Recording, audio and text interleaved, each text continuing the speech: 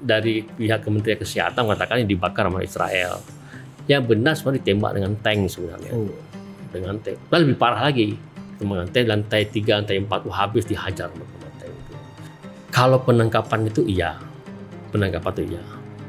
Jadi kita mendapatkan satu informasi berupa suara dari nakes yang ada di rumah sakit yang mereka menceritakan itu. Nah, mereka itu bilang diblokade rumah sakit. Diblokade, mereka mencoba untuk menghancurkan semua fasilitas itu bisa menyambung nyawa daripada warga Gaza. Anak kecil yang segini panjangnya, anak kecil itu di ICU ditarik itu oksigennya. Ditarik oksigen. Logika kita itu anak bayi loh. Bayi berapa hari baru lahir. Ya kita mengharapkanlah bahwa sesegera ada gencatan senjata permanen. Itu yang kita harapkan.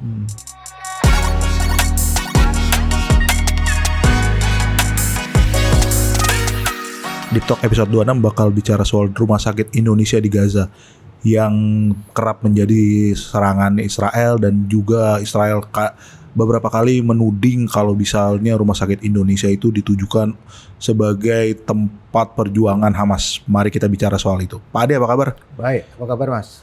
Baik banget Pak Ade. Tapi ini di kita sih baik, tapi kondisi di Gaza yang nggak baik Pak Ade. Ya kayaknya awalnya kita hanya bicara kondisi Gaza yang tidak baik. Cuman sekarang bantuan kita juga dihajar. Yes. Dan sebenarnya kalau menurut aku tuh rumah sakit Indonesia di Gaza adalah representasi sesungguhnya bantuan masyarakat Indonesia, bantuan pemerintah Indonesia di Gaza. Saya ingin mengatakan bahwa di situ ada hatinya orang Indonesia. Keren banget itu Pak Ade. Ya.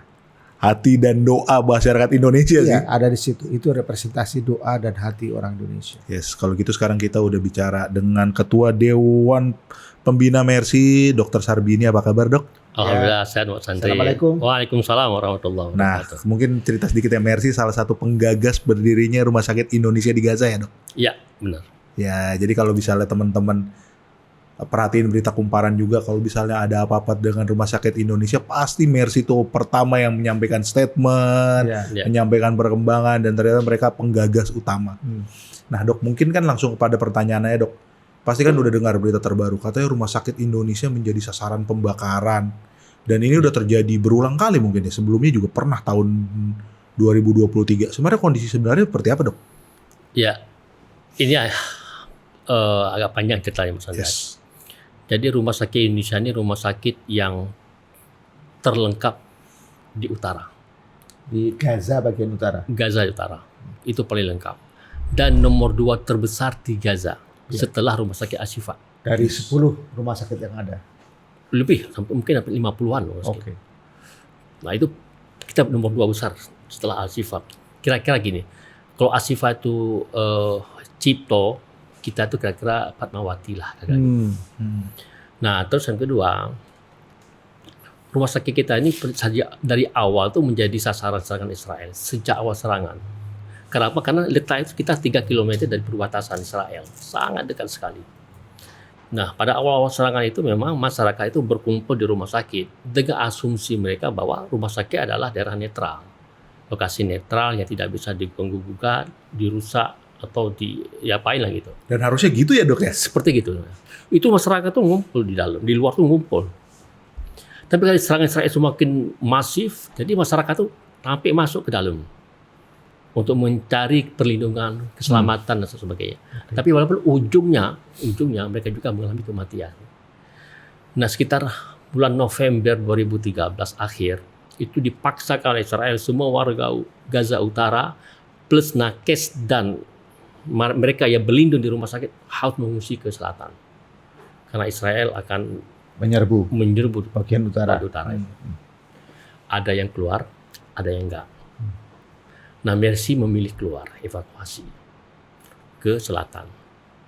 Jadi sekitar akhir November itu close rumah sakit. Tentara Israel masuk ke dalam, di situ pembakaran. Jadi gambar Desember ya, Dok ya? Desember itu. 2023. 2023. Iya. Nah, maka yang foto itu sebenarnya foto 2023 yang dibakar oleh Israel. Artinya mereka menduduki dan mereka bakar. Mereka rusak semua fasilitas yang ada di dalam. Nah, ini Pak Adi harus tahu bahwa rumah sakit kita ini itu alat-alat dari Jerman semua.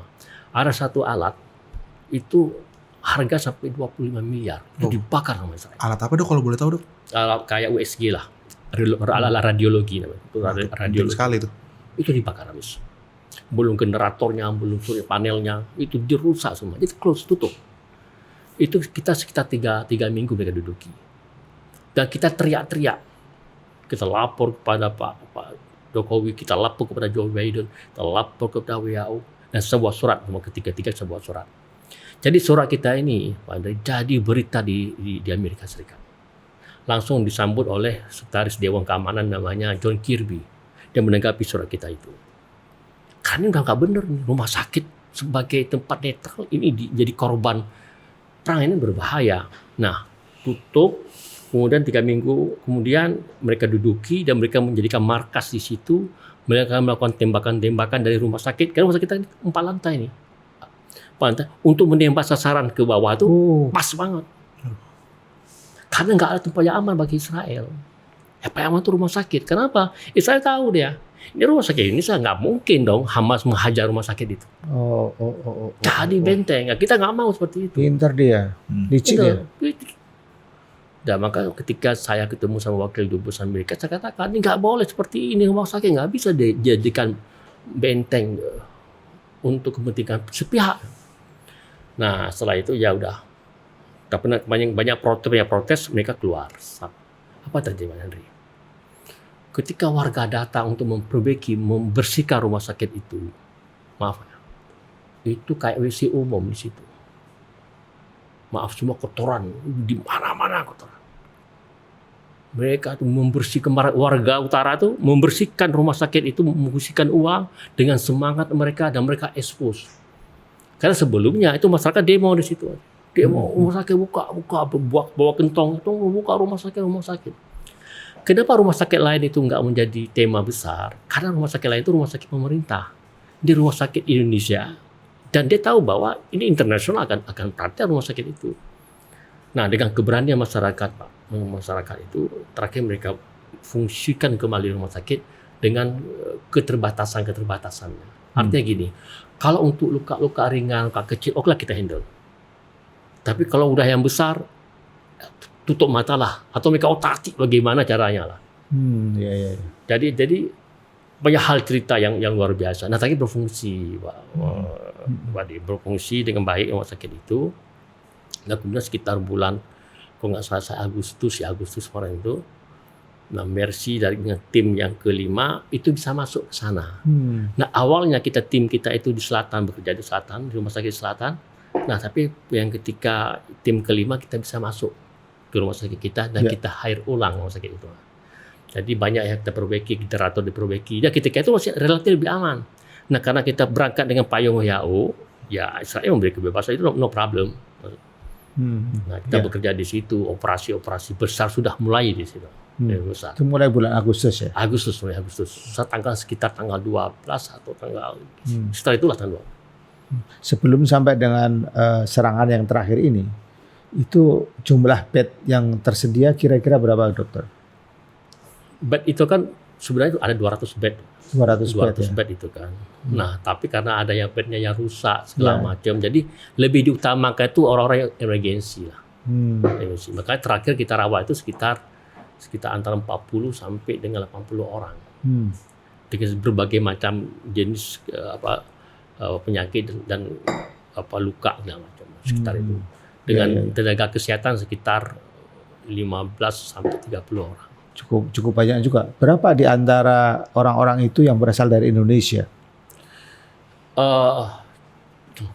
Gini Pak, itu dokter yang masuk ke situ sekitar 5 orang. Ada dokter bedah, ada bedah saraf, bedah plastik, ada bedah umum, ada ada penyakit dalam, 4 orang lah ya, 4 orang. Terus ada yang non medisnya, gitu. Kita bekerja di situ. Nah, oleh sebab itu mereka itu kagum dengan kita. Kagum gini Pak, tadi ini negara jauh-jauh datang kemari mau bantu dan kita punya kepuasan mau bantu mereka. Kenapa? Karena itu rumah sakit kita kan gitu. Ya sebelum kita di selatan itu kan rumah sakit itu bukan rumah kita lah. Ya. Ini rumah sakit kita, ya kita punya semangat yang gimana cara, karena ini rumah kita lah kira-kira gitu. Surya panel, kemudian ada relawan kita yang dekat dengan Menteri Kesehatan, dia berkomunikasi dan memberitahukan bagaimana masyarakat di Gaza itu, terutama dokter-dokter itu pingin mereka melanjutkan sekolah di Indonesia, karena banyak sekolah-sekolah yang hancur, rumah sakit yang hancur, ada yang mau fellowship segala macam. Jadi bukan hanya menolong mereka dalam konteks medis, tapi dia membicarakan hal-hal setelah itu. Itu pelatihan. Contoh gini, untuk bedah plastik Indonesia jago untuk bedah plastik. Nah, jadi ada satu tema diskusi teman-teman tuh sama dokter sana tuh. Oke, nanti ada fellowship lah. Nah, pendidikan sekitar 3 bulan atau 6 bulan untuk khusus tuh bedah plastik. Tapi itu kapan? Kalau ada setelah perdamaian. Because sebelumnya nggak bisa berubah banyak kita. Sekitar tanggal berapa? Tanggal 1 tuh. Itu kan ada pamflet yang banyak banget. Kemudian masuk ke WA orang-orang utara itu, Israel itu harus tinggalkan. Ya. Harus pergi gitu ya. Harus ke selatan. Harus ke selatan lagi. Nah, jadi kita kan kebetulan teman-teman udah habis masa tugasnya. Nah, jadi alhamdulillahnya teman-teman bisa keluar dengan selamat. Keluar dengan selamat, tinggal 4 orang kita yang non medis. Kita sewakan rumah satu yang menurut WHO ini aman. Nah, kita tinggal di situ selama sekitar 4 orang. Waktu dokter di sana itu yang ditangani yang berupa apa tuh namanya masalah harian yang urgent itu apa? Biar masyarakat Indonesia tahu.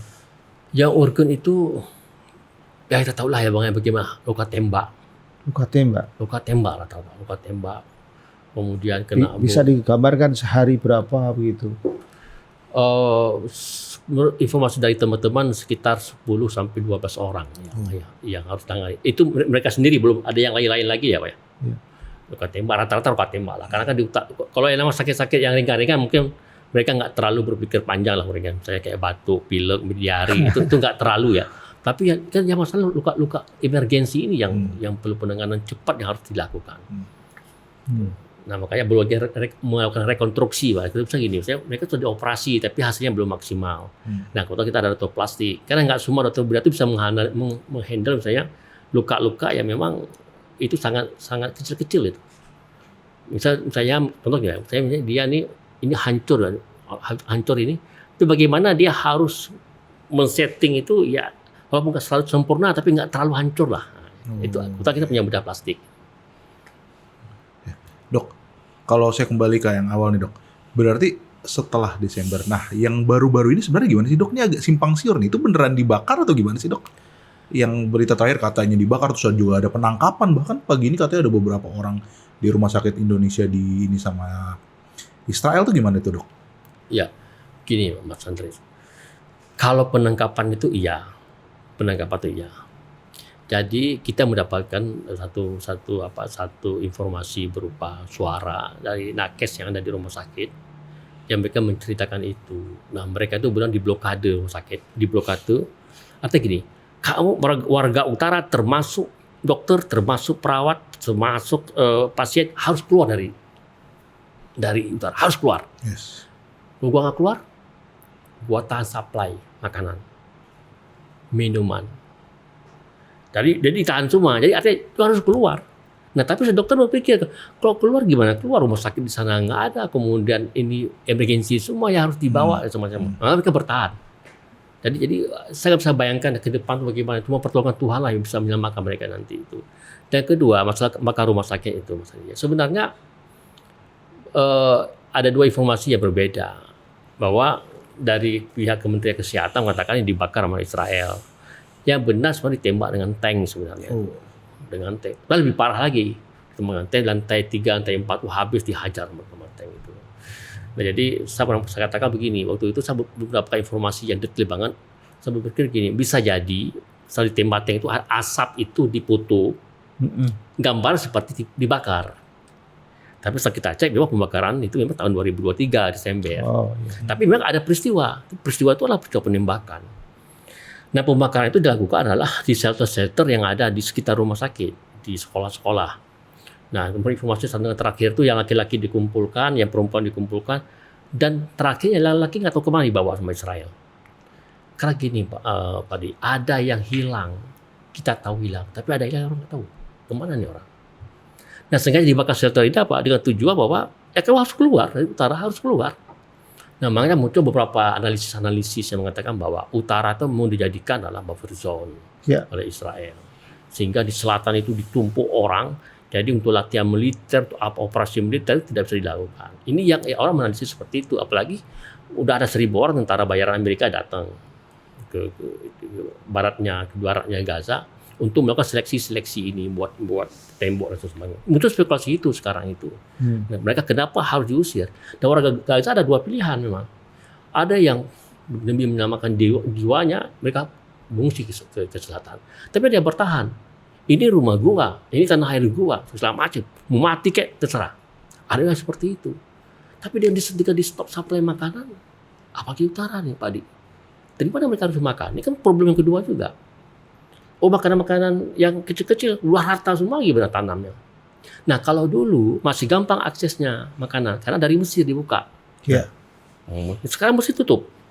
Setelah Rafah diserbu, ada namanya jalur Philadelphia itu, koridor Philadelphia, dikuasai Israel, stop semua makanan, semua bantuan satu pintu dari Karim Shalom, dari Jordan, Israel, masuk Palestina. Nah, itu gampang untuk dipantau. Nah, jadi ini program kemanusiaan. Nah, kemarin tuh Joe Biden teriak marah-marah dia harus masukkan makanan. Oke, dimasukin ada beberapa truk, itu stop lagi. Informasi terakhir juga mengatakan bahwa gensetnya itu diledakkan. Genset, ini kan untuk operasi semuanya kita perlu listrik. Nah, sumber listrik itu dari solar dan solar panel.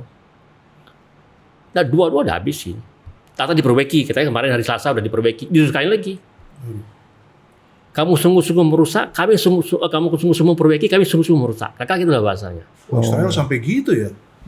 Makanya kayak kata Pak Prabowo, saya habis pikir kok ada orang sekejam itu gitu loh. Di abad modern ini kok ada orang seperti itu. Tak habis pikir Pak. Perusahaannya seperti pakai gimana ya Dok? Apa mereka ngebom atau mereka? Enggak, kalau kayak genset ini bisa ditembak, bisa dihajar, pokoknya dirusain aja lah.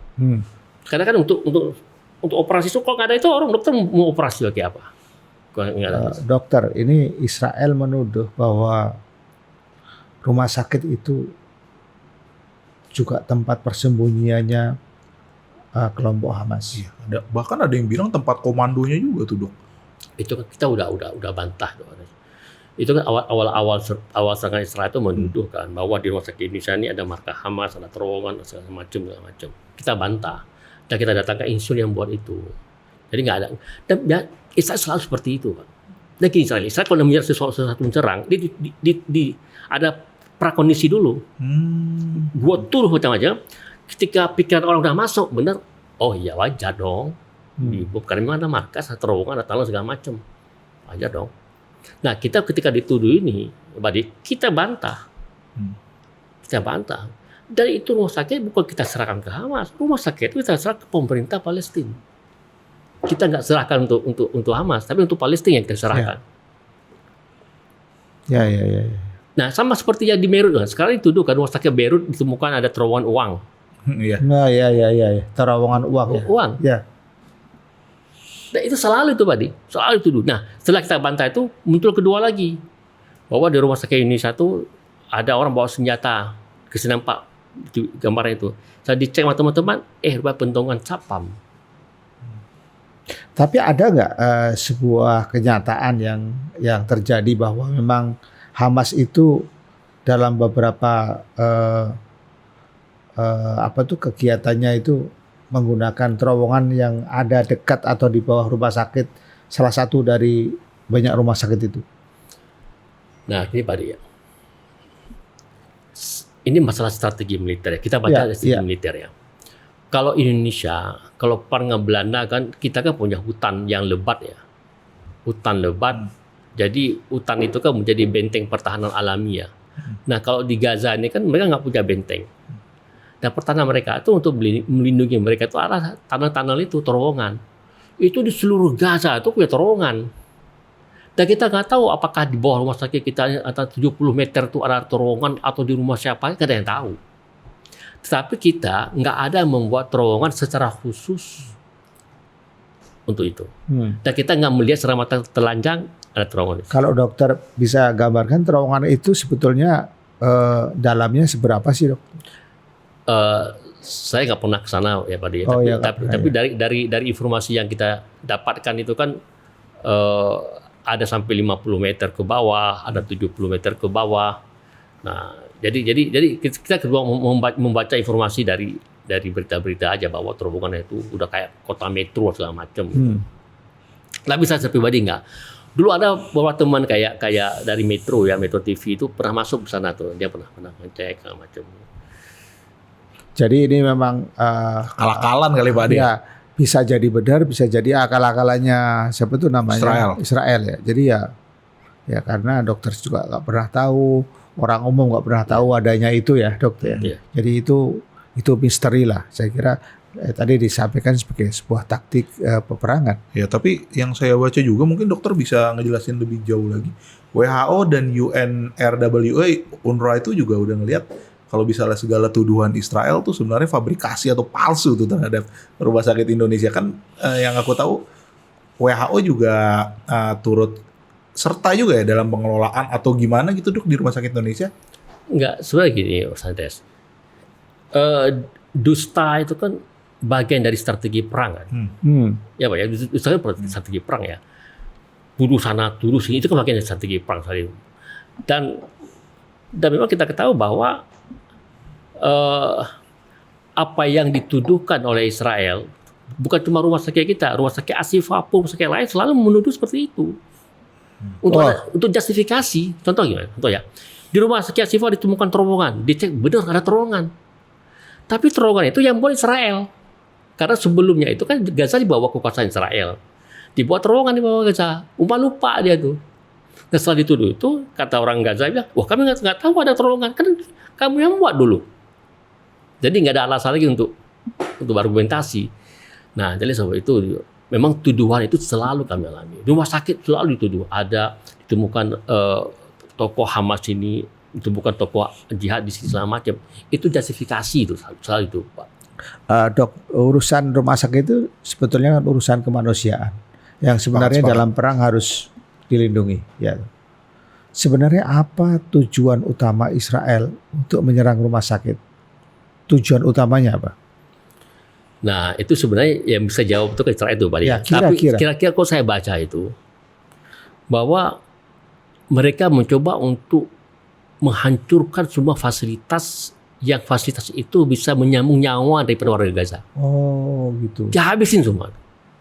Jadi ini logika sederhana ya. Kenapa rumah sakit dibom? Itu kan menolong orang sakit.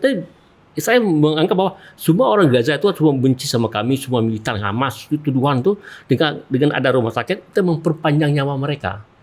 Tapi dengan rumah sakit dihajar, berarti kan memperpendek nyawa mereka itu kan. Karena kan itu yang saya bisa baca seperti itu. Dan itu juga sangat berarti untuk melemahkan mental mereka. Bisa jadi. Teorinya begitu bisa juga jadi. Pak bayangkan ya anak kecil yang segini panjangnya tadi, anak kecil itu di ICU ditarik itu oksigennya.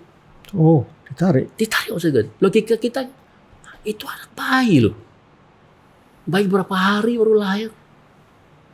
Sampai salah satu presenter TV itu sampai dia nggak bisa baca lagi tuh, nangis dia tuh. Itu logika apa ya bisa kita pakai. Oke, lu tembak misalnya orang-orang yang terlibat itu resiko perang. Saya ngomong sama si diplomat Amerika. Kalau mati itu Hamas, mati itu jihad Islam, itu resiko perang. Ya apa sudah mati. Tapi kok ada bayi 3 hari, 4 hari, ibu hamil, apa dosa mereka? Maka apa enggak kalian nggak pakai ini sama ini untuk melihat apakah itu Hamas? Apa salah mereka? Kan saya sampaikan sama si diplomat. Kok dulu Bezos nggak ada, oke lah bisa dikarang-karang. Sekarang kebuka semua. Ya berarti ini benar genosida ya. Genosida. Oh bayangkan, Israel bilang ini, semua utara mengunci ke selatan. Di selatan itu ada satu tempat namanya Al-Mawazi. Itu tenda, dihajar, dibom. Disikat di situ. Dibom. Kok ditembak 1-2 mati. Ini kok dibom? Mulai terbakar. Dunia menonton, tapi mengutuk. Tapi apa bisa dilakukan? Oke, dokter. Kalau gitu sekarang kita bicara ke depan deh. Apa yang terjadi sudah berlalu. Ke depan nasib rumah sakit kita akan seperti apa nih? Prediksinya. Ya, ini kan kita diskusi dengan beberapa tokoh ya, termasuk Ketua Basnas, dan mereka mengatakan bahwa ini rumah sakit harus direnov besar namanya. Renov ulang tapi yang besar, kayak bangun awal lah. Bangun ulang dong, Dok. Kayak bangun ulang. Ulang renov lagi ya. Tinggal. Tapi kenapa rumah sakit kita bertahan? Nah, ini ada cerita nih. Saya harus sampaikan kepada publik, ini orang yang pernah berjasa ya. Biar ya. Jadi ketika serangan ini ke rumah sakit, kiri kanan dibom masyarakat, aduh. Saya selaku waktu ketua presidium Mercy itu agak was-was. Jangan-jangan ini bisa kena rumah sakit kita. Jangan-jangan. Tapi ini untuk tahu ya, Mas Haidras, Pak Ade ya, bahwa orang yang berjasa, semua pertolongan Allah ya, adalah Bu Retno, Bu Menlu kita, mantan Menteri Luar Negeri. Beliau katakan pada saya bahwa, Pak, saya kasih nomor koordinat itu rumah sakit ke Israel melalui Qatar. Ini koordinat rumah sakit, lo harus jaga, jangan macam-macam. Baru saya, oh berarti rumah sakit kita ini selama ini nggak kena bom, berarti ada jasa, ada upaya dilakukan oleh Bu Retno melalui Qatar. Qatar dekat sama Israel. Ya, dekat-dekat juga Hamas. Ya. Ini baru keluar nih ceritanya. Ya, kita harus sampaikan ini. Ini betul apresiasi. Jadi mungkin kedepannya baik juga ya. Artinya kalau rumah sakit itu netral, ya artinya dekat juga dengan Israel, dekat juga dengan Hamas, karena misinya adalah misi kemanusiaan. Ya. Mungkin begitu? Ya, memang rumah sakit nggak beda-bedakan, Pak. Ya. Itu bukan rumah sakit. Rumah sakit siapapun, sama kayak kita, kayak kami lah. Siapapun yang luka, siapapun harus ditolong. Itu memang dokter seperti itu, rumah sakit seperti itu. Bahkan lembaga yang nggak boleh diapa-apain sebenarnya. Memang tugas dia adalah tugas menolong korban, siapapun. Nggak bisa. Contoh nih, ini kan rumah sakit sama dokter kan bisa satu paket ya. Saya obatin orang nih, misalnya ada maling tembak polisi. Nggak boleh saya, lu nggak boleh berobat ke saya, kamu ke maling. Atau ke rumah sakit, nggak bisa tolong ke maling. Ya. Nggak bisa. Ya. Proses nanti proses hukum, nah itu urusan hukum. Ya. Gitu. Ya. Jadi ingat omongannya Sanana Gusmo, Pak De, kalau nggak pegang senjata semua itu manusia. Ya. Iya, betul. Nah, menurut dokter nih, kan dokter tahu bahwa lingkungan rumah sakit pun sekarang banyak udah dihajar, udah hampir rata dengan tanah semuanya. Nah, eksistensi dari rumah sakit itu sendiri ke depan gitu ya. Selain tadi akan harus dibangun ulang dan lain sebagainya, apa masih bisa hidup? Kalaupun gini, Dok, ya perang Gaza kita nggak tahu sampai kapan, walaupun Israel udah keluar, wah ini dikit lagi nih ke arah Yahya Sinwarnya udah tewas, tapi kan kita nggak tahu kan. Ya. Gimana tuh, Dok? Ya pasti rumah sakit kembali ke fungsi awal. Dan kita berkomitmen membantu merenov, membantu memberikan alat-alat yang dibutuhkan. Kemudian juga nanti kita coba untuk melatih dokter-dokter mereka nantinya itu yang dibutuhkan sesuai dengan kebutuhan mereka itu. Atau nanti kita juga bisa mengirimkan, misalnya kita minta bantu agar dokter-dokter mereka itu bisa praktek di kita, magang di kita, kemudian mereka balik untuk bisa memfungsikan ulang rumah sakit itu. Karena rumah sakit itu rumah sakit kebanggaan. Kebanggaan semua. Termasuk bangsa Indonesia banggakan dengan rumah sakit itu. Maka ketika awal kita serahkan pada orang Palestina, jangan robah itu rumah sakit. Harus rumah sakit di Indonesia. Awal mau dirobah itu, Badi. Rumah sakit Ar-Rayyan, nggak boleh. Harus di Indonesia. Ya, memang harus begitu.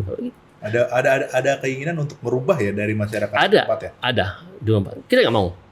Sampai di dalamnya itu ada rumah sakit, misalnya ruangan Sumatera, Jawa, Sulawesi, Tengku Cik di Tiro, Cutnya Adin. Iya. Itu bentuk joran-jorannya itu, Pak. Bentuk daripada apresiasi kita buat rakyat Indonesia. Ini rumah sakit punya kalian. Jadi semua rakyat yang ada di sekitar situ tahu tentang Indonesia dari rumah sakit itu. Sangat tahu. Soal contohnya, Pak. Misalnya nih orang naik bus, naik taksi dari selatan mau ke utara. Dia mau saksi, kamu mau kemana ke utara? Ke Indonesia. Ke Indonesia. Udah jadi kayak nama wilayah. Ke wilayah.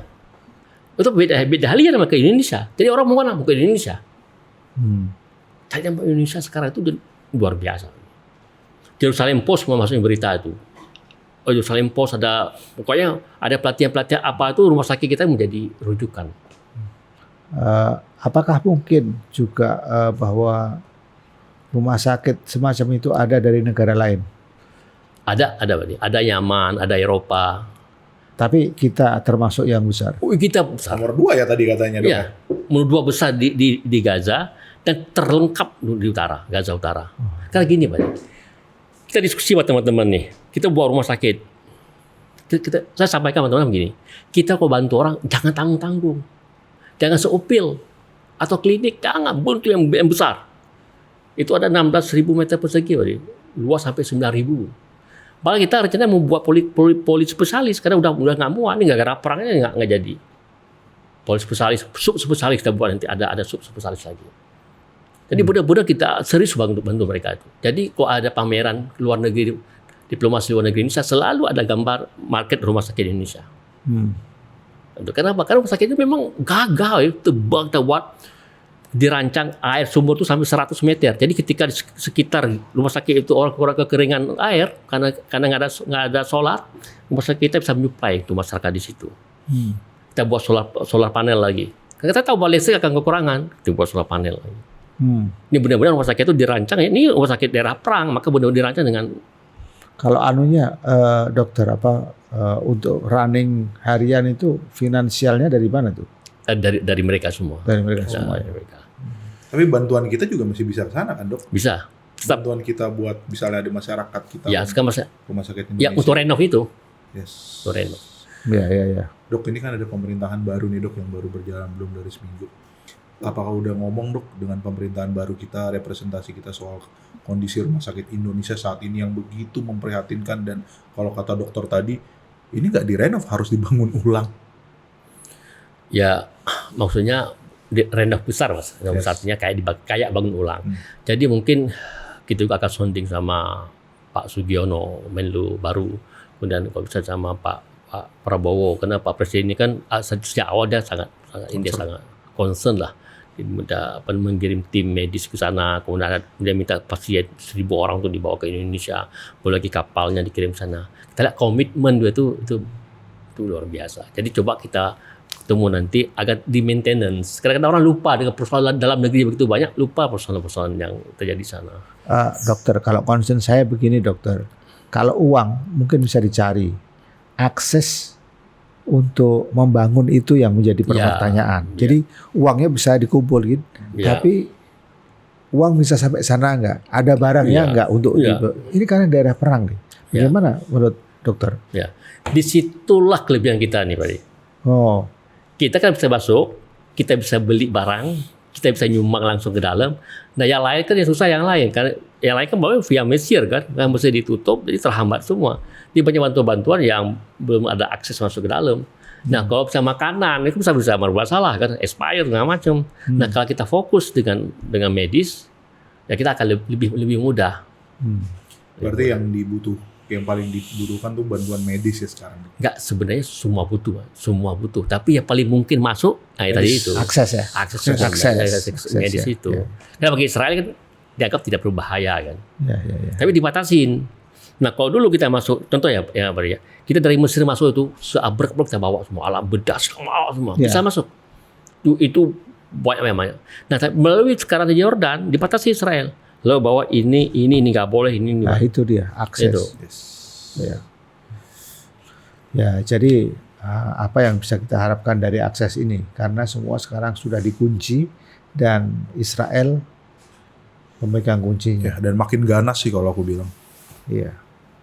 Jadi ya semoga kondisinya makin membaik ya, Dok ya. Hanya itu sih. Ya. Terakhir, dokter, dengan kematian Sinwar, apa kira-kira? Karena Sinwar ini kan komandan lapangan. Ya kita mengharapkanlah bahwa sesegera ada gencatan senjata permanen, itu ya kita harapkan. Apapun kita ngomong apapun. Tapi kalau nggak ada gencatan permanen, maka semua itu nggak bisa kita realisasikan. Tapi dengan ada gencatan permanen, maka semua hal bisa kita lakukan. Banyak hal bisa kita lakukan. Rekonstruksi ulang Gaza keseluruhannya, kemudian pengobatan orang, kemudian bangun rumah sakit, sekolah dan semua itu bisa dilakukan dengan dan sistematis. Semoga terwujud dok. Amin, Itu pun amin. yang menjadi doa kami supaya gencatan Amin, senjata cepat terwujud dan masyarakat Gaza yang luka-luka dan memerlukan bantuan bisa terbantu lewat kehadiran Rumah Sakit Indonesia. Amin. Ya. Dok, terima kasih banyak dok atas Sama-sama. keterangannya. Banyak cerita-cerita yang belum pernah keluar sebelumnya akhirnya Amin. diceritain di sini di Deep Talk. Terima kasih banyak dok. Sama-sama. Ya, terima kasih dok. Sama ya, sama Mas Andreas. Ya. Terima kasih. Terima kasih juga teman-teman Kumparan. Nantikan Deep Talk selanjutnya. Andreas Geri undur diri Pak D. dan Dr. Sarbini dari Mercy. Terima kasih.